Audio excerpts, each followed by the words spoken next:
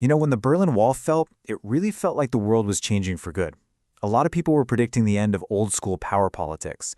But there was this one super influential thinker, Kenneth Waltz, who basically said, not so fast. He argued the game hadn't changed one bit, just the players. Today we're diving into his controversial theory, a theory that's looking surprisingly sharp today, about why the old rules of international relations are as real as ever. So here's how we're going to tackle this. First, we'll ask the big question. Is realism even relevant anymore?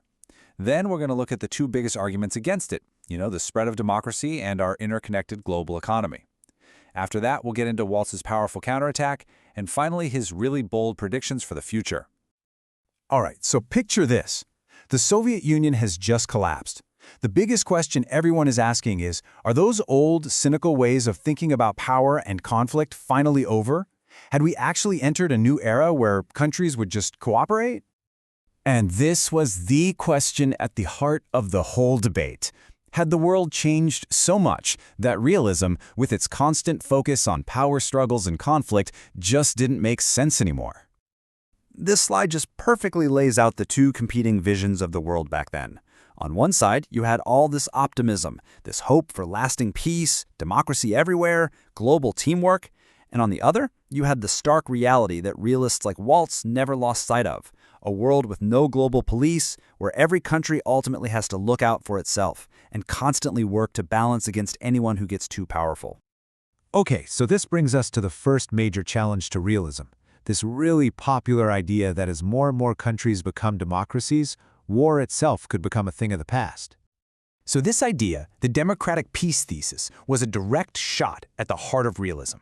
It basically says that what matters most for peace is what a country is like on the inside, its government, not the big anarchic system on the outside that realists are always talking about. But Waltz? He pushed back, and he pushed back hard. First, he was like, hold on, what even is a democracy? The definition is pretty slippery. I mean, some people called Imperial Germany in 1914 a democracy. He also pointed out that democracies have gotten awfully close to fighting each other, and were only stopped by classic realist stuff, like being scared of a common enemy. And maybe most importantly, he said you just can't blame war only on what's inside a state. The system itself plays a huge role. And this is the real kicker right here. Even if every single country on Earth became a perfect democracy, they'd still be operating in an anarchic system. There's still no world government, so the chance of conflict and that basic need to protect yourself, it never really disappears. That internal excellence, as Waltz calls it, is a brittle basis of peace. It can shatter pretty easily. All right, on to the next big argument. The idea that money and rules have finally tamed the wild beast of power politics. The thinking was that our global economy is so interconnected and our international institutions are so strong that the old games just couldn't be played anymore. So the liberal view was pretty simple. We're all trading with each other so much that war has just become too expensive. It's bad for business. But Waltz saw it completely differently. He argued that being so closely tied together doesn't just create cooperation, it also creates new things to fight about, more chances for conflict to spark. And wow, history gives us a pretty brutal reality check on this one. As Waltz loves to point out, right before World War I, Britain and Germany were huge trading partners. The economic logic said they'd never fight, and yet they fought one of the bloodiest wars in human history. It just goes to show you, when a country feels its security is on the line, profit margins tend to go right out the window. And this leads us to institutions, like the UN, or in this case, NATO. People often point to NATO's surviving and even growing after the Soviet Union disappeared as proof that these organizations matter on their own. But of course, Waltz has a classic realist explanation for it. I mean, just look at this timeline. It's kind of a head-scratcher, right? NATO is created for one single purpose, to stand against the Soviet Union. Then, the Soviet Union vanishes, the mission is accomplished. So what does NATO do? It gets bigger. How does that make any sense? Well, for realists like Waltz, the answer is simple. It's not complicated at all. Powerful countries use institutions to get what they want. Once the Soviet threat was gone, NATO didn't just float off on its own. It became a tool, a vehicle for the United States to keep its power and influence in Europe. Simple as that. So after knocking down these other arguments, Waltz brings us back to his home turf, the fundamental, unchanging logic of structural realism. And it's really built on just a few simple, powerful ideas. First things first, it all starts with anarchy. Now, we gotta be clear. In international relations, anarchy doesn't mean chaos and riots in the streets. It just means there's no world government. There's no higher power you can appeal to for help. There is literally no global 911 to call when you're in trouble. And because everybody is on their own, when one country becomes way more powerful than everyone else, it automatically makes other countries nervous. It doesn't even matter if the powerful country has good intentions. Unchecked power is just fundamentally scary to everyone else. So what do those other countries do? Well, it's a natural reaction. To deal with that fear, they try to restore the balance.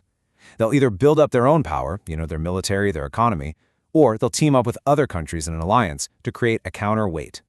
And all of this leads to a conclusion that might sound kind of backwards at first.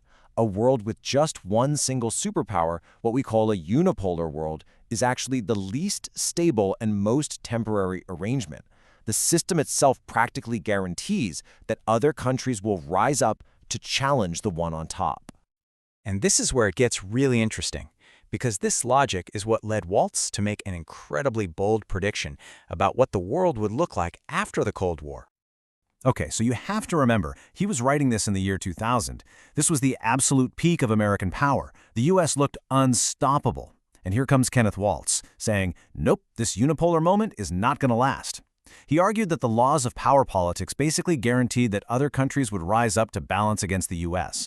And he even pointed to where it would happen, Asia, specifically calling out China and Japan as the powers to watch.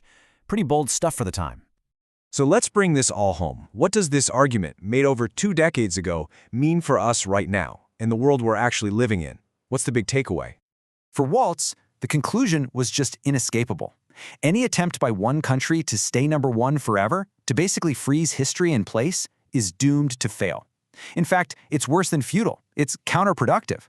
The harder a country tries to hold on to its top spot, the faster it encourages other countries to work together to bring it down. And this really brings his theory crashing into our present moment. It leaves us with a huge provocative question to think about. When you look around at the world today, at the rise of new powers, the increasing competition between major countries, you have to ask yourself, was he right? Are we just watching the exact balancing act that Kenneth Waltz predicted play out right here, right now? And if we are, what on earth does that mean for our future?